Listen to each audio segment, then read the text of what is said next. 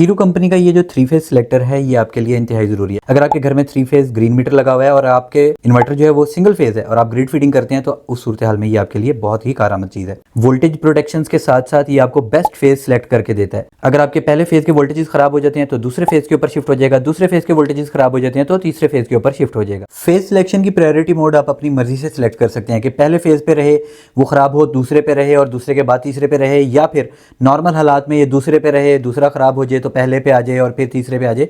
ये सिलेक्शन आप अपनी मर्जी से कर सकते हैं। फ्रेंड्स, यहाँ पर हम लोगों ने फेज सिलेक्शन मोड जो है वो L1 रखा हुआ है कि भाई हमेशा L1 पे हम लोगों को सप्लाई दे, और जब हमारा फेज 1 यानी कि चला जाए तो उस सूरत हाल में ये हमारा सेकंड फेज के ऊपर शिफ्ट हो जाए। तो हम यहाँ पर फेज 1 जो है इसको बंद कर देते हैं। अब 2 सेकंड का टाइम लेगा, 2 सेकंड के बाद ये हम लोगों का सेकंड फेज के ऊपर शिफ्ट हो चुका हुआ है। इसी तरह सेकंड फेज भी अगर हम लोगों का चला जाए तो इस तरह ये थर्ड फेज के ऊपर जो है वो शिफ्ट हो जाएगा और ऑटोमेटिकली सप्लाई देना स्टार्ट कर देगा। और अगर हमारा पहला फेज वापस आ जाएगा उस सूरत हाल में ये वापस पहले फेज के ऊपर सिलेक्ट होकर अपने आप ऑटोमेटिकली आ जाएगा। ये तो था फेज प्रायोरिटी मोड अगर आपने L1, L2 या L3 इस तरह सिलेक्ट किया हुआ है। लेकिन जो इसके अंदर एक मेन खास बात है जो कि और किसी सिलेक्टर के अंदर नहीं है, वो मैं अभी आपको दिखाता हूँ। फ्रेंड्स, P5 सेटिंग में जहां पर हम लोगों ने फेज 1 को प्रायोरिटी के ऊपर सिलेक्ट किया हुआ था, इसकी बजाय हम यहाँ पर इसको ऑटो सिलेक्ट कर देंगे। ऑटो सिलेक्ट करने का जो मेन खूबी जो मुझे लगती है वो मैं अभी आपको दिखा देता हूँ। यहाँ पर ये हम लोगों का सप्लाई इसने हम लोगों को फेज 1 के ऊपर दे दी। ठीक है, फेज 1 हम लोगों का चला गया।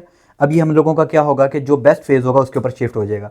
इस टाइम हम लोगों का बेस्ट फेज जो है वो फेज 2 है, 2 के ऊपर शिफ्ट हो चुका हुआ है। लेकिन अब अगर हम लोगों का फेज 1 वापस आ जाता है तो उस सूरत हाल में भी ये ऑटोमेटिकली उसके ऊपर शिफ्ट नहीं होगा।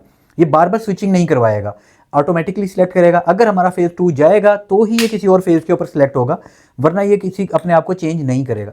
ये खूबी जो है मुझे इसकी बहुत ज़्यादा अच्छी लगती है, जो कि इसको यूनिक बनाती है। Friends, 3 phase automatic phase selector को अगर आप बाय करना चाहें तो आप bijliwalabhai.com विजिट कर सकते हैं। वेबसाइट के ऊपर आप ERU लिखेंगे तो वहां पर आपको ERU की प्रोडक्ट्स शो हो जाएंगी।